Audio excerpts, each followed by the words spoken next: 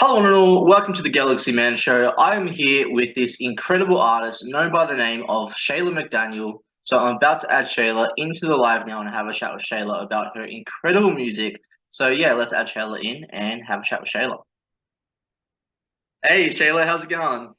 Doing good. How about you? Yeah, really good, thanks. I just want to say first up, thank you so much for taking the time to join my show. It is such an incredible pleasure having you on the show for today. To people that don't know who you are, Shayla, if you can give like a bit of backstory about yourself, and then we'll dive right into the questions.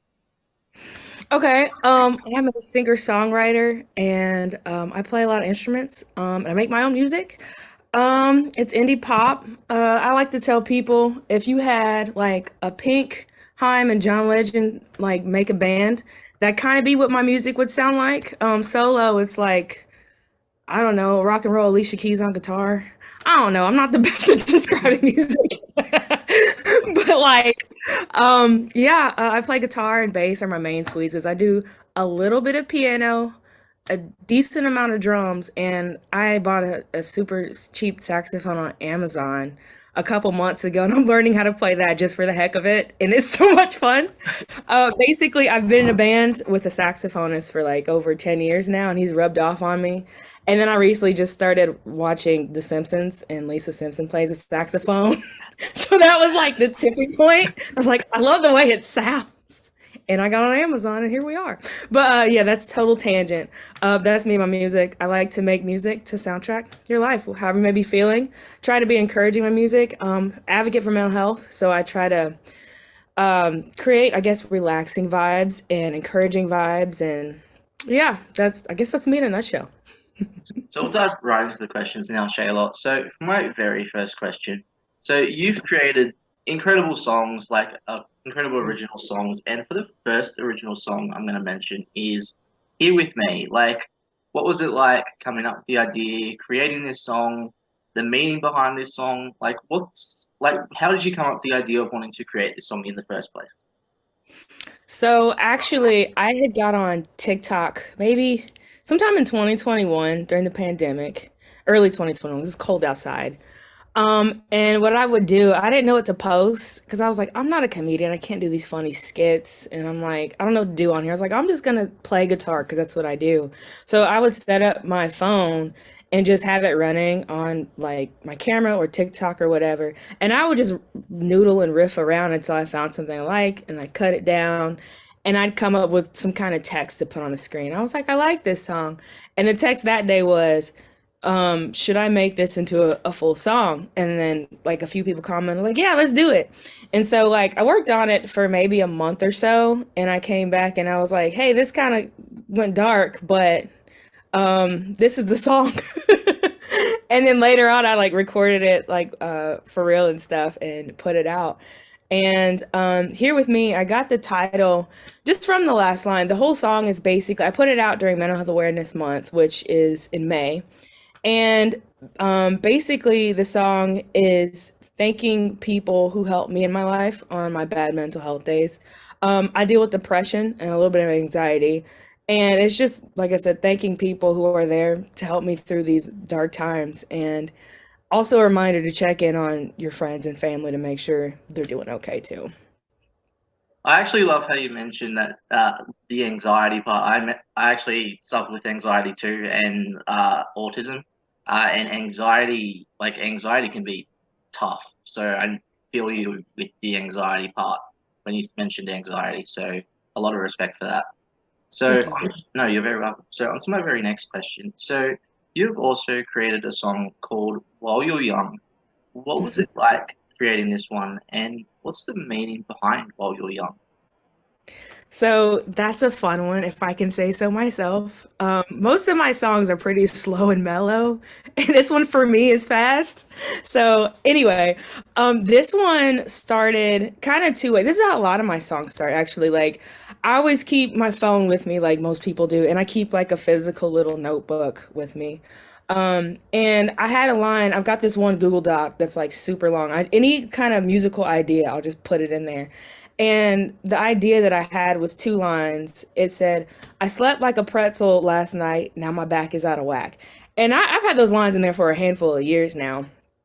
And it was a nice day. I was on the back porch and I was like, I just want to play guitar. So I took my beat up acoustic guitar. It's literally beat up. There's pieces rattling around it, and they're not picks. It's like the old electronics. It's one of those Amazon guitars I got years ago. I was like, I'm just gonna chill out here and try to write a song. If I can, great. If not, if I don't get anything started, that's fine.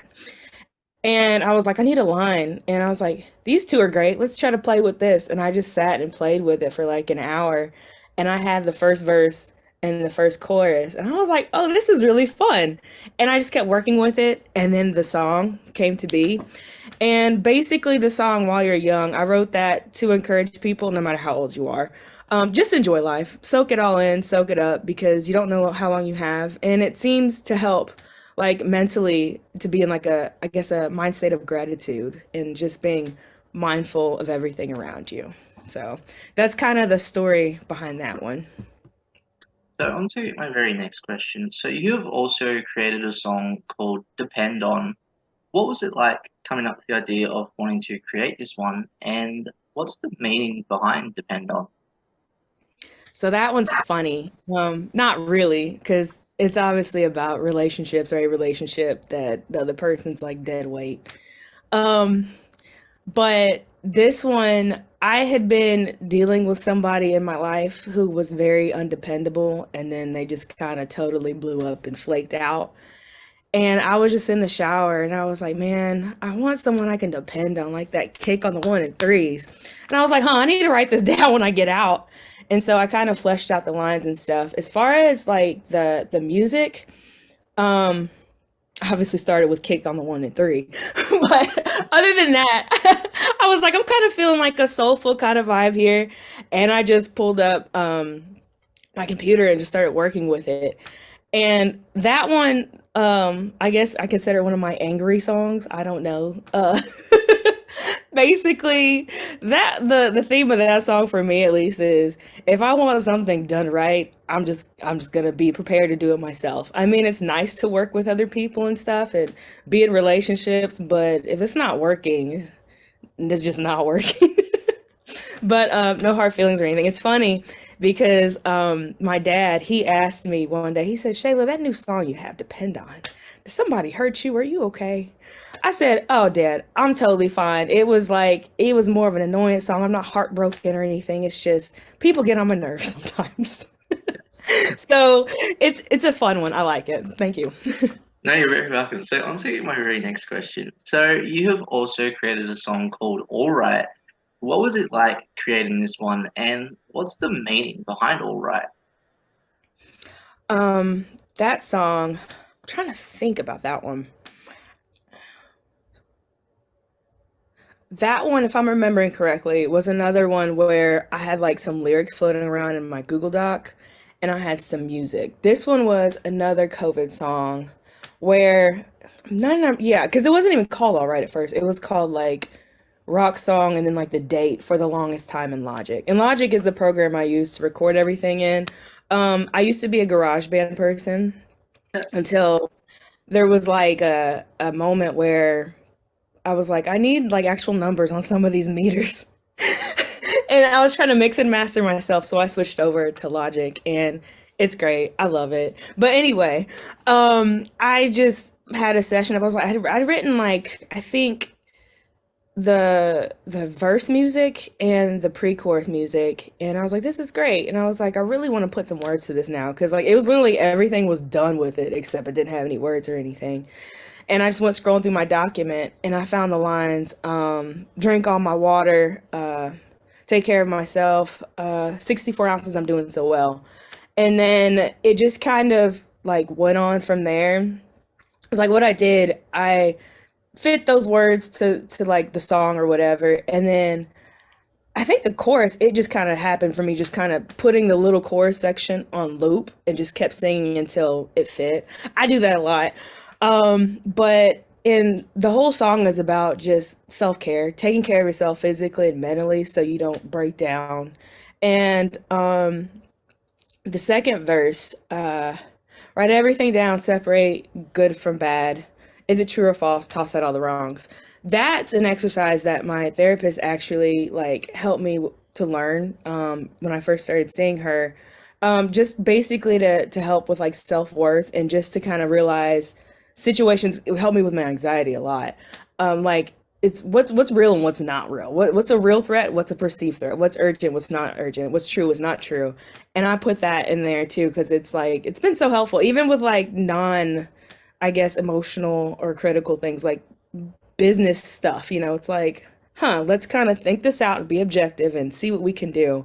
But yeah, that whole song is just about taking care of yourself and being hopeful. Because in the bridge, it turns and it goes, now I'm forgetting my own words. Oh, shoot. This is embarrassing. I'm gonna No, blank on you're fine. it. Oh man. Okay, here we go.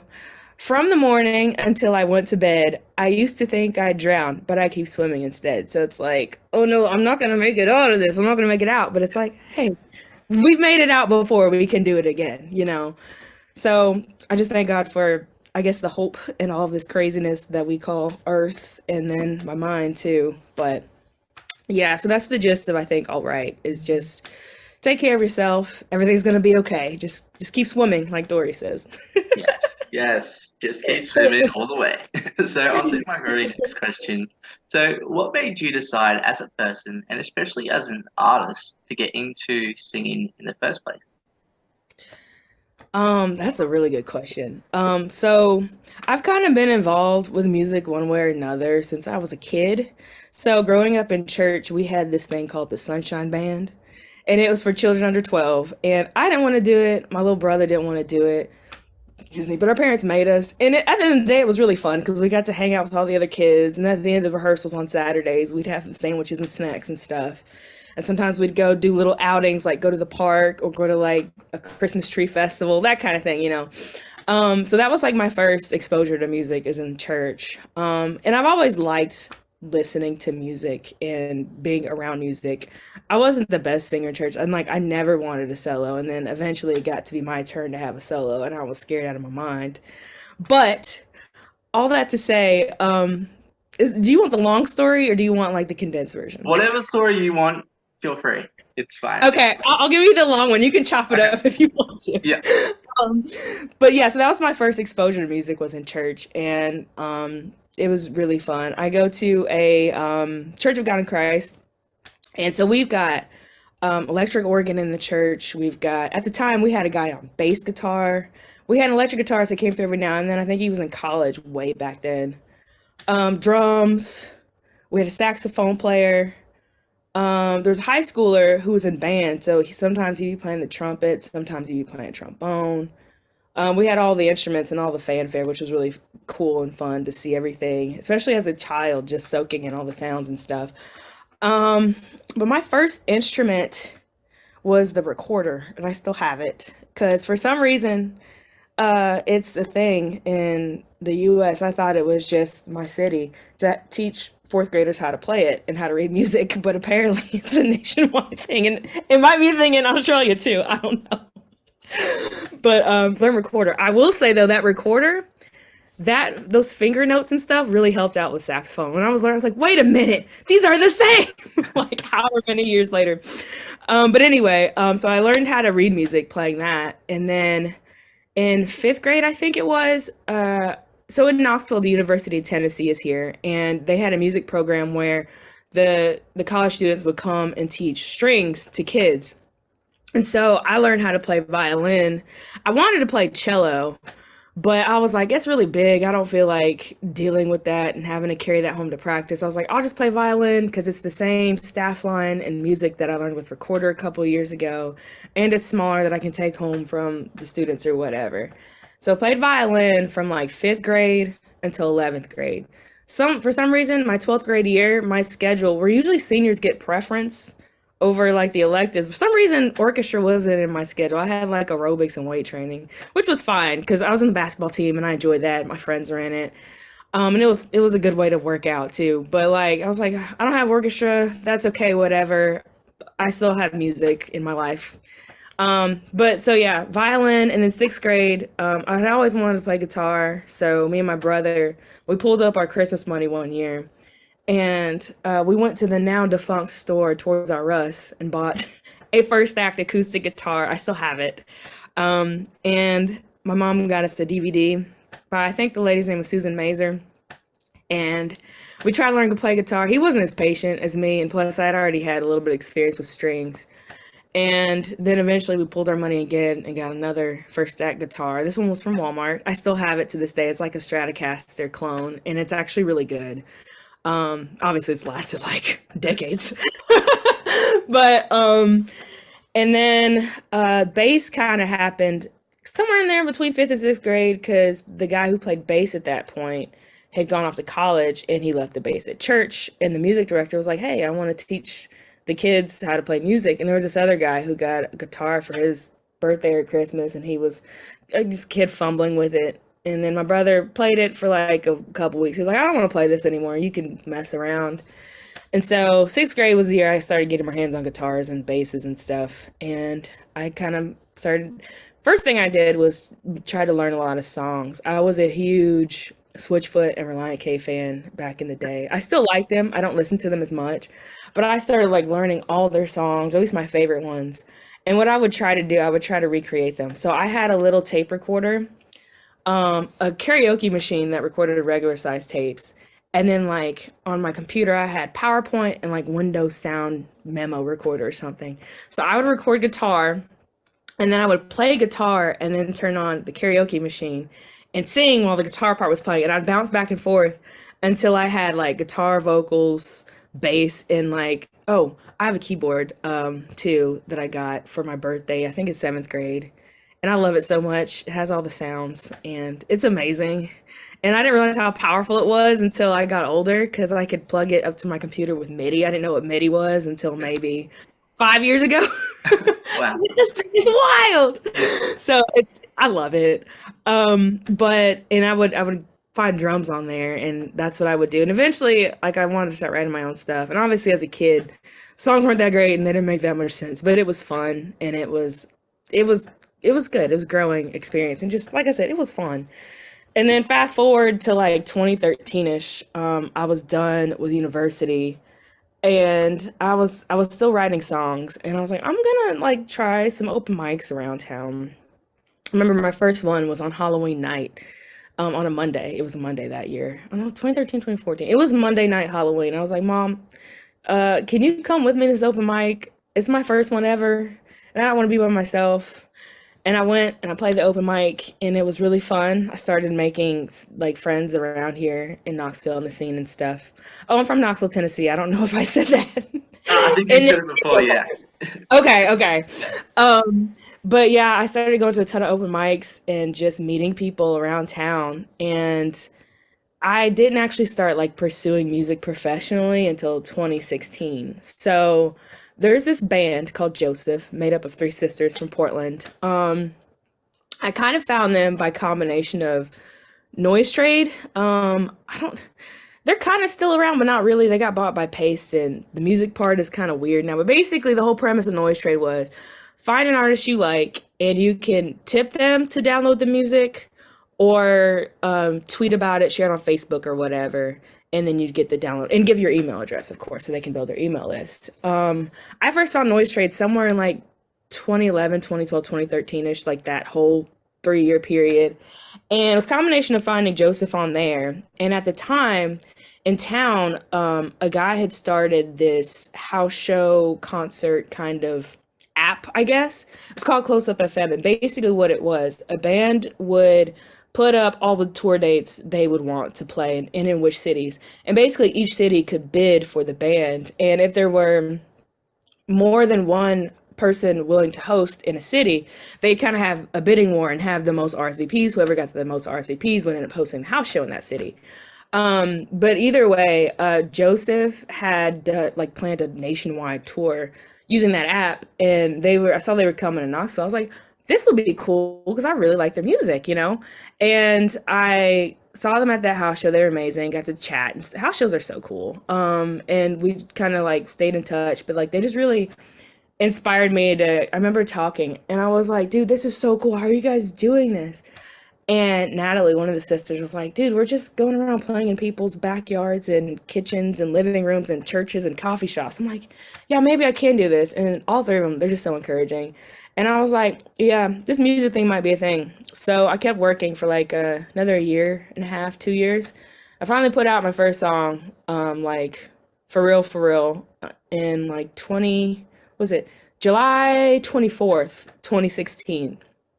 And I had waited a long time to do it. And a friend was like, dude, I haven't even heard your music yet, but I know the type of person you are. You're organized, you work hard. Just put something out. You gotta start putting stuff out. There's no perfect time. And I was like, yeah, you're right. I don't want to be 80 years old and be like, what if I had tried that music thing, you know? And basically it just kept going from there. So like the first two songs I put out, Coffee and Leave the Light On. Those are like my first two singles, period. And then there was an EP in 2017, 26 Letters, which for some reason I didn't include those two songs on there. I don't know what I was thinking about. Yeah. And like after the fact, I'm like, dang, I should have put these on there, but whatever. But anyway, and those 8 songs, I mixed and mastered those myself. I do air quotes because I don't have any training in this. I just use my ears and YouTube and stuff, you know. And it came out decently because local radio would play my CD and stuff, which was very encouraging. It's like, okay, this isn't utter trash. It's not like the songs are great, but these recordings are garbage. It sounds like you did it on like an iPhone or something, which was good. And then my mom, because I remember I would always complain to my mom about, man, I can't get this sounding right, or this isn't working, that isn't working, this and that, this and that. She's like, Shayla, why don't you just hire an engineer? With the internet nowadays, stuff is so easy. And I like was like, no, no, no. And then finally, for my next, actually all my releases after that, I have a professional engineer mix and master it. And my reason for like not like hiring somebody was like kind of like a proof of concept. I was like, I want to see if this music thing is actually like I'm gonna pursue it before I like pay somebody to do this. So now I use, and I was blessed to land on my engineer in the first try because I was between two studios. One of them was really good. It seemed okay. And then some I had some interactions where I was like not treated the best customer service wise, and I was like, okay, whatever. We're gonna try this one. So I'm working with Maya at the Sound Layer now. He's based here in town, and he's amazing. And come to find out, he actually did some engineering work with Whitechapel, the metal band, which I didn't know until like super recent. But he obviously mixes and masters everything because I'm nothing like death metal. But anything from like acoustic singer songwriter to gospel to death metal to folk, he does, and he does an amazing job. So I've been working with him. We think the same way. He's a great communicator. So any singer songwriters or producers looking to have somebody mix and master their stuff, hit up Maya at Sound Layer. He's amazing. But and that just changed my life. It helped like relieve so much stress because like my process basically, we've gone over some of the songwriting stuff. It's like I'll either like write the song and then go record, or I'll just go right into my studio, open up my laptop and record each part. I'll have a drum beat, record guitar, vocal, and just keep layering it until it's a whole band or whatever. And then I'll edit the stuff like the extra noises and stuff out at the end and that kind of thing. Make sure everything is on time, lined up, and I'll send my tracks to him. He'll put the polish on them, and then bada bing, bada boom, ready to go. But I remember the first time I met him, I had like I don't know if it was 18 songs or 19 songs. I had a bunch of songs just saved up, and because I always like to have a lot of songs like in the hole, you know. And I went to meet him, and I went with my mom, and I remember going to the studio for it's my first time in like an actual studio, and he just had all these monitors, all these like faders and knobs and buttons, and it was just like, whoa, an actual studio. I was totally geeking out. And this is my first time working with an engineer besides myself. And so, excuse me, I wanted to make sure, I was like, dude, before I leave, I want you to download these tracks and make sure everything's cool with them. They work, they're not corrupted. And it was really cool because he imported everything into the project and whatnot. And one time, it was one of the bass parts he was trying to line up. He was like, I forgot what was going on with it, but he did in like the way he had his keyboard set up. It was like kind of a gaming keyboard. So he does like this, and magic happens. And like that's the best way I can describe it. Yeah. And he did this little bass tweak and edit because there was like a fingernail noise or something weird, took out some extraneous noise. Something that would have taken me 30 minutes to edit out. He did it in like 5 seconds. He was like, okay, that's fixed. I was just like, dang. And there was another point too. One of my guitars on a song was kind of, I guess the technical term is like has too much high end and high frequencies. I call it crunchy or like burnt, which probably doesn't make sense. But if I could show you an example, I think it would make sense. But anyway, I brought my computer with me. At this point, I think my computer was like almost 7 or 8 years old. So a little bit of backstory. I got a computer, a MacBook Pro in 2012 with the CD drive and everything. I just got this new computer that I'm talking to you on now, like last year. So I had that Mac for like 10 years, but it did its job. It was a workhorse. Um, but it was crunchy and crispy. I was like, I'm gonna bring my computer just in case. So I had my computer like, hey, do you have the project? And so I pulled it up. And what kind of made me realize that like I had learned a lot in my however many years of like mixing and mastering myself was we were able to converse and speak the lingo of how to fix like technically fix this guitar track right quick so it wasn't so crunchy and then re-export it so he could put it on the computer. And I didn't realize it until my mom said when we got back in the car, he's like, that was so cool how you guys were able to just, it was like y'all were talking a whole different language. I was like, I was like, yeah, I have come a long way. But anyway, so like I got those 18 songs back in like a week, maybe 2 weeks. He was like, I'm pretty booked up right now. I'm working with a lot of bands in the studio and a lot of mixing and mastering projects. I'll get it to you as soon as you can. I was like, dude, there's no rush. I gave this to you super early. So just take your time. And I got that thing back in 2 weeks. I was like, oh my goodness. And it would have taken me infinitely longer and it would not have sounded nearly as good. So yeah, this is a huge tangent, sorry. You're But fine. I loved working with It's my all good. sound there. He's great. The stuff sounds amazing, super organized and like I didn't have to ask for any edits. Like I think one edit was like at the end I had a guitar last too long. I was like, hey, can you just chop that? And it was good. Like and that's the thing too, because like I think I just said use your creative judgment on this. You've been doing this longer than I have, and just do what serves the song. I think is what I said, and nailed it. It's always good to have reference tracks and be like, oh, I want my drums to sound like this person's song or whatever. But I didn't have any of that. Like I tried my best because I had read online that give reference tracks. But I was like, dude, I can't find any. Just do what you do, and it was magic. So I'm still working with him to this day. Get back on track. So basically, I went to open mics after like kind of being around music my whole life. Oh, I did start playing bass at the church around 14 or 15 years old, and that helped a ton because that basically taught me how to play by ear. That's how I had to learn the songs. And to this day I still play bass at church. Things are a lot easier though now, because just I've been doing it so long. And I use this cheat. I watch if the keyboardist is playing the organ, I watch his feet when I get lost so I know what notes I'm supposed to play, and then he'll kind of back off just to put me back in place. And same with like left hand on the keyboard. But I still play bass at church, which is so much fun. But yeah, basically it became like a real thing in 2016. My buddy was like, dude, you got to try it because you never know what's going to happen. And I ended up loving it. And yeah, and then like I started doing open mics and whatnot and just meeting everybody in the music scene in Knoxville. And everybody's so nice and welcoming and friendly. It's great. I love it. So that's what happened. So on to my very next question. So what has been your all-time favorite cover song to perform and why? That's kind of two, one with my band and one solo. So I hope I'm not completely cheating on the question. Um, so with my band, there's a song called Coffee by Sylvan Esso. And it's more of like an electronic pop song, not quite EDM, but we like funkify it kind of, and it's really fun. And I do high kicks in the song too, which is cool. But it's just it's one of those songs that's like it's not like a super well known cover, but every time we play it, someone's always like, "Oh my gosh, you did Sylvanessa! I really like that version," or whatever. People tend to love it, even if they don't know the song. It's got the way we do it has a nice little funk kind of backbeat, and it just makes it fun. So that's my favorite with the band. And solo, still not a super well known song, but I love it nonetheless.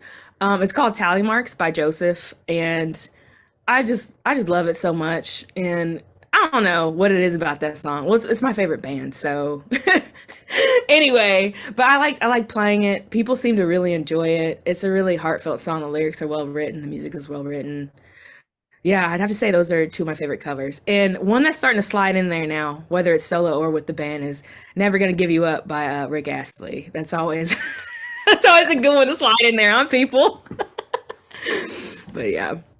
So on to my very next question. So if you could work with any top three music artists in the music industry, who would you want to work with and why? That's always a good question. My top three, I would have to say Joseph, Leanne the Hobbs, and she's another one. I'm just like her guitar playing, her voice, everything. It's like, dang, you know. But anyway, Joseph, Leanne the Hobbs, and I'd say the third one would probably be the rock band Deep Sea Diver because, and I think it's interesting. I just realized actually that all three of those are women fronted or led groups or artists, and I think that's cool. But anyway, those three because I feel like those three kind of encompass all of my sound in some way or another, and I feel like they've also been very inspirational and what's the word? Forgetting the word. Very inspirational to me. And yeah, so So on to my very next question. So if you could go anywhere on tour, take your music to any place, any country in the world, which part of the country would you want to go to and why? anywhere in the world. That's a good question. So I'm not brown nosing here, but ever since I was a kid, I've always wanted to go to Australia because like it just seems so beautiful. All the people seem so nice. I used to work with a couple of guys who were from there, and they were just so cool and so nice and kind. Like I said, it's beautiful from what I've seen, like on TV and on the internet, and it's huge, you know. So I would want to go to Australia and hit all the major cities, all the beaches. I don't know how far away. Well, this is another country. I was about to say I'd probably cheat and pop over to like Tasmania and New Zealand. I don't know how far it is, but that's another country. So you said one country, Australia. I'll say Australia.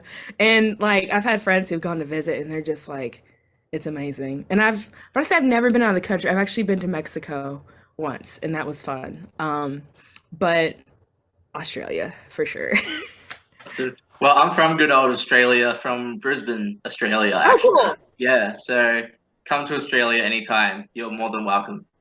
Thank you. Oh, you're very welcome. So, on to my very next question. So, with like upcoming artists that want to get into music, like what advice would you give to upcoming artists? And yeah, Two main pieces. One, just keep trying and don't give up. Like, have fun with it. The whole reason I got into music personally is to have fun. Obviously, no one gets into music to make money, but have fun. It's art. You're doing it for fun. Always keep fun at the forefront. There will be times when you have to like finesse stuff and think more about business, but always think about, am I enjoying this? Am I having fun? Or if that's not the case, am I learning something from this? Am I getting better as a musician, as an artist, doing these scales or learning this song or practicing or whatever? And the second, and like never give up, of course. Second piece of advice is kind of more, I guess, on the businessier side is you're gonna get rejected a lot and get told no, which I've come to learn like no is a good thing because for me, I'm the type of person who will follow up with you, and that's the thing too. Another piece of advice: follow up is king. Always follow up because people are busy, they miss messages, they miss emails, phone calls, whatever. Just follow up until you hear no, and then so that way, like don't feel bad be rejected because there's always the logistic side of, oh wait, the venue's booked or this is happening so you can't do this, and there's also the subjective side, the art side, that's like, well, I just don't like your music. You know. Thank God no one's ever told me that. It's usually softer. It's more like, oh, that's not the vibe we're going for. People, it's gonna be so sweet, even over the internet sometimes. But like a no can be good because it can save you time and energy. You don't have to set that reminder to follow up with someone every week or 2 weeks. When they tell you no, we can't do it, then it's just we're good to go. It's nothing personal. It's just how things work. So rejection will happen, and you'll probably get rejected 99 times out of 100. But all you need is that one time to like make something happen. You know, just like the different song ideas you try. just keep going. Don't give up. Have fun and keep fun in the forefront. And rejection is okay. It will happen. Just brush it off. Let it roll off your back. Don't take anything personally. That's probably my advice. Oh, and get out. And when you're first starting, get out and play as many open mics as you can. Go to as many local shows as you can. Meet people because that's how you find bandmates and collaborators and people to do shows with. And it's just fun to be with like-minded music people too. So on to my very next question. So if now Shayla could talk to younger Shayla looking back over your time in the music industry, like what advice would you give to your younger self and why? There's so many things. First, the way things are with Spotify, I didn't get it. I would tell myself, don't release things as a chunk. Release the singles and then release your EP album, so and so, with extra songs on it. And also, like, don't be so hard on myself. That's a big one. Just keep trying. Don't take things so seriously. Just chill, relax. And like it kind of goes back to the anxiety and depression thing too. It's just like everything's gonna be fine. It's gonna work out. Like, don't worry about it, man. It's easy to say looking back, but I just have to tell myself, hey, like I actually get to make music. Like how many people get to do what they want to do in life, you know? So it's like don't be so serious. Don't take everything so serious. Just have fun and try your best. So on to my very next question. So on to that. So like what are like the positive and negative side into the industry of music and how do you get through those like negative moments as an artist? I would say so much of this industry and really all industries depend on how other people receive you. Like if you open up a restaurant and you love your food, but the town hates it, you're not going to be around for long. So there's always like, I guess, the marketing aspect of everything. And along those lines, social media. Like I wasn't on social media until I was a grown woman. And I did that because it was a class thing in college. So I had to be on Twitter and LinkedIn. But like social media is a love-hate relationship in marketing. So like really just the internet. I know that's broad, but the internet is the good part about the industry because it opens it up to anyone with a smartphone can make a whole record and distribute it to the world with just a smartphone and an internet connection. But at the same time, that lets everybody in. So you have to try to cut through the noise to really get to where you're going and get to those different shows and venues you want to play and work with those different artists and stuff.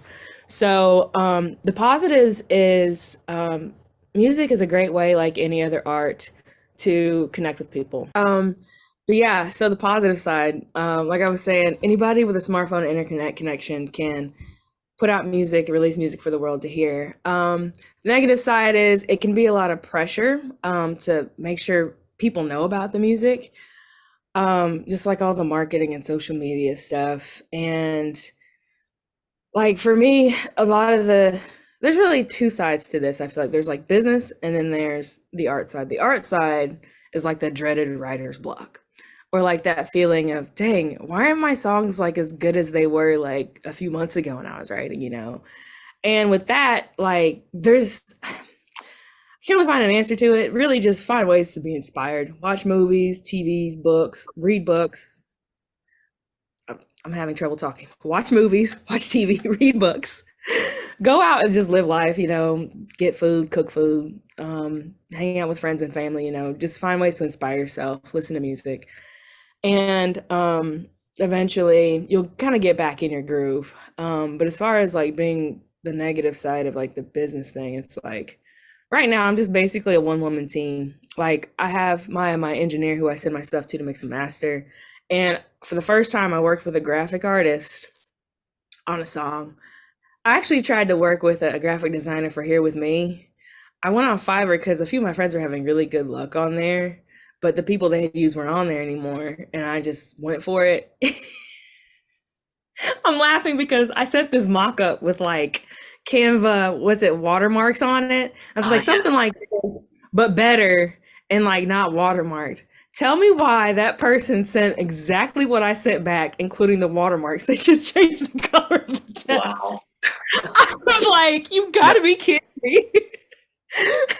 And I was just like, whatever. This is probably just some college kid trying to get by. I'll leave a tip. I'm paying for their time, not for their work. And I just ended up making the Here With Me cover by myself in Canva. But this time I'm actually using it. The song coming out is called Awake, and it'll be out 14th of March, 2023. So I'm excited about that. But yeah, I'm basically a one person show. And every now and then I'll try to hire a photographer when I can. But just trying to do everything. But at the same time, like I feel like there's, what is it? A rose, every rose has thorns or something. Yeah. I feel like music is the rose for sure. It's like, yeah, it sucks I have to do all this by myself, for like the bulk of it by myself, and like booking and stuff too. But it's like, wait a minute, but I have complete control, and I don't have to like depend on somebody and then they go let me down and I write another song about being people to being dependable. But yeah, so that I feel like that's a big part of it. And also like kind of with anything in life, just it's hard, not even just with music, just the whole comparing yourself to others. I think maybe it was an Oscar Wilde quote that says like you're the only person who could be you, or be the best you. I'm totally butchering it. Let me try to Google it like super quick. Oscar Wilde be you quote. Oh, be yourself because everyone else is taken. So, like try not to compare. I try not to compare myself to other people musically or business wise or just like life wise, because everybody's journey is different.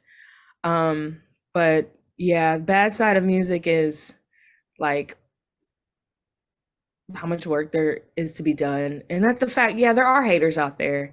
People always say if you don't have any haters, you're not doing well. Um, but yeah, I've had some comments and I just kind of keep going.